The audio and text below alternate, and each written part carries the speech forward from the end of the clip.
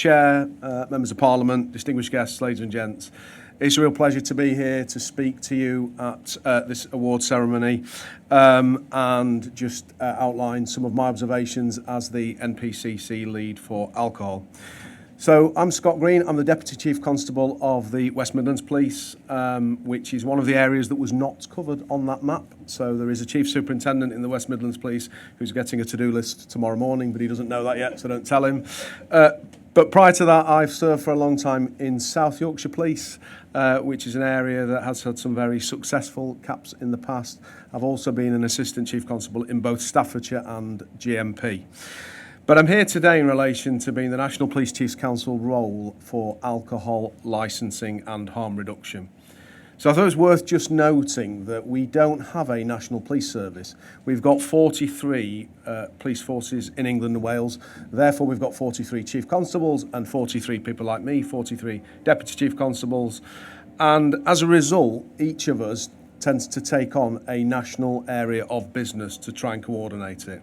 The reason I say that is I'm not in charge of alcohol for the police. I perform, alongside all of my peers, a coordination role. So that is working with the Home Office, working with government, working with His Majesty's opposition to coordinate the activities that policing do, both with those agencies, with many of the organisations that are represented in the room, with the retail sector, with hospitality, to look how we collectively deal with alcohol, with licensing, and with the harms that are caused with it, and also our role in supporting nighttime economies. So I wanted to cover three things with you. So the first one is a short tale, which will mean something to some of the people in the room.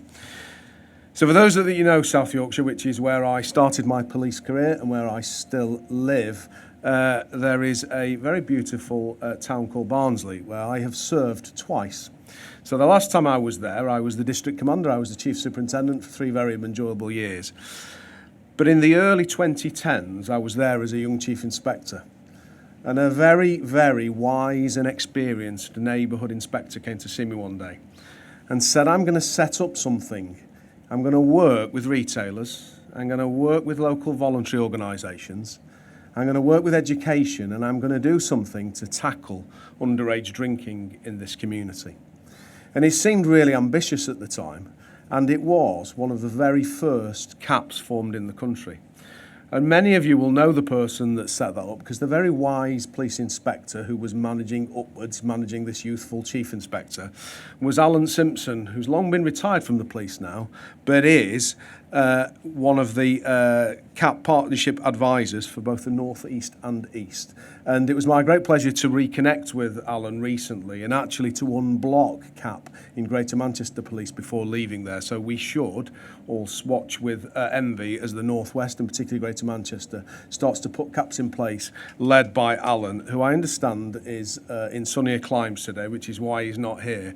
But I wanted to tell you that tale because my association with CAP goes back to knowing nothing about it a very long time ago. And actually, the Barnsley CAP is not on the map that was presented before because it has finished its work and it's left a legacy of a real detailed understanding and has impacted on the lives of communities and of young people. And those young people whose lives it impacted on are young adults today. They're the young adults that are going to drive that place forward. So the second important thing I wanted to touch on then was policing. And what role does policing play in relation to both alcohol, licensing and the nighttime economies? So firstly, one of the things that you should see policing in is in all of our nighttime economies, whether that's big cities like this, whether that's small towns and villages, because we have a role to play in both making people feel safe and actually keeping them safe in nighttime economies. It is, of course, our role to police the Licensing Act. We don't give licences because we're not a licensing authority, but it is our role to police the Licensing Act occasionally, particularly where there are breaches of it, whether that is both on licence or off licence, whether that's within hospitality or within retail. And of course, one of the things that we do police is the associated crime and disorder. Crime and disorder is part of the Licensing Act, and it is our job to police areas where crime and disorder takes place, whether that is in nighttime economies or whether that is in areas that are impacted upon by underage drinking and where CAPs seek to exist. But one of the most important things that we seek to do within policing, and also that I try to push through my national lead, is the reduction of harm. So the harm that is associated with alcohol, that is the harm that's associated with domestic abuse, within communities and within nighttime economies where alcohol is sold inappropriately or it impacts on people's behaviour. Vulnerability is included in my title for my national role, and that is because consuming alcohol can make all of us be vulnerable. It doesn't mean to say that we are, but the consumption of alcohol, by its very nature, can make any one of us vulnerable at any point in time.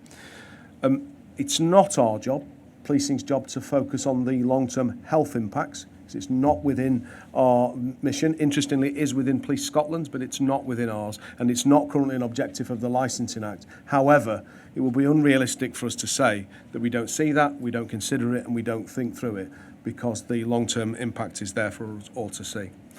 And there was no sharing of notes before this speech, by the way, but I also think it's really, really important that we police the impact of alcohol on violence against women and girls, both whether that's in the home, whether that's associated with domestic abuse, but also the conduct of men and young men in our nighttime economies, and actually calling out that behaviour. So that's both policing, but that's all of us in this room as well. Whilst not directly linked to young people, one of the things that I think we are seeing across policing at the moment, and which is anecdotal feedback that I get from chief officers across the country, is an uptick, not necessarily in violence, but an uptick in the disorder associated with the nighttime economies, which I think is a trio of inexperience.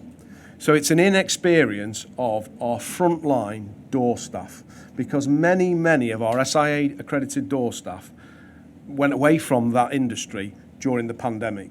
And whilst those vacancies have been filled now, and there is not a national shortage of SIA door staff, the level of experience that exists with them is not as it was before. We have also got an inexperienced police front line. Now, I don't make any observations about the uplift in officer numbers, but the very nature of an uplift in officer numbers means that our inexperience across the front line is very real today. And as somebody who is the dad of a 19-year-old who has just finished her first year at university, she turned 16 during a lockdown, and she turned 17 during the lockdown. And my observation is our young people that are out tonight in this city, in all of our nighttime economies, are inexperienced in nighttime economies, because their first experience of nighttime economies was in a great unlocking, and behaviours have changed across nighttime economies. So the work that CAPS are doing today in relation to education around alcohol and the way that young people perceive alcohol will have a lasting benefit, not just on the lives of those young people, not just on the communities that CAPS exist within, but also in the nighttime economies that we see in the next generation. So the third thing I wanted to talk about then was young people and community alcohol partnerships. So dealing firstly with young people. So neighbourhood policing is at the very forefront of our interactions with young people. I'm really proud to have re-implemented neighbourhood policing in Greater Manchester Police. I was there for the last 2 years and was the person that led the reintroduction of neighbourhood policing, because neighbourhood policing, whether that's police officers or PCSOs, in communities that knows the challenges of those communities, knows the individual, and most importantly, knows the local young people, has the ability to work together to fix them. But for all of us in this room, and particularly all of the adults, because I can see at least one young person in the room, the most important thing we need to do is listen to and hear young people. And if you go away and I said anything that's impacting today, one of the things that I want all of us to do, and particularly CAPS, is not just talk to young people about alcohol, but also talk to young people about drugs, about knife crime, about violence against women and girls, and about consent.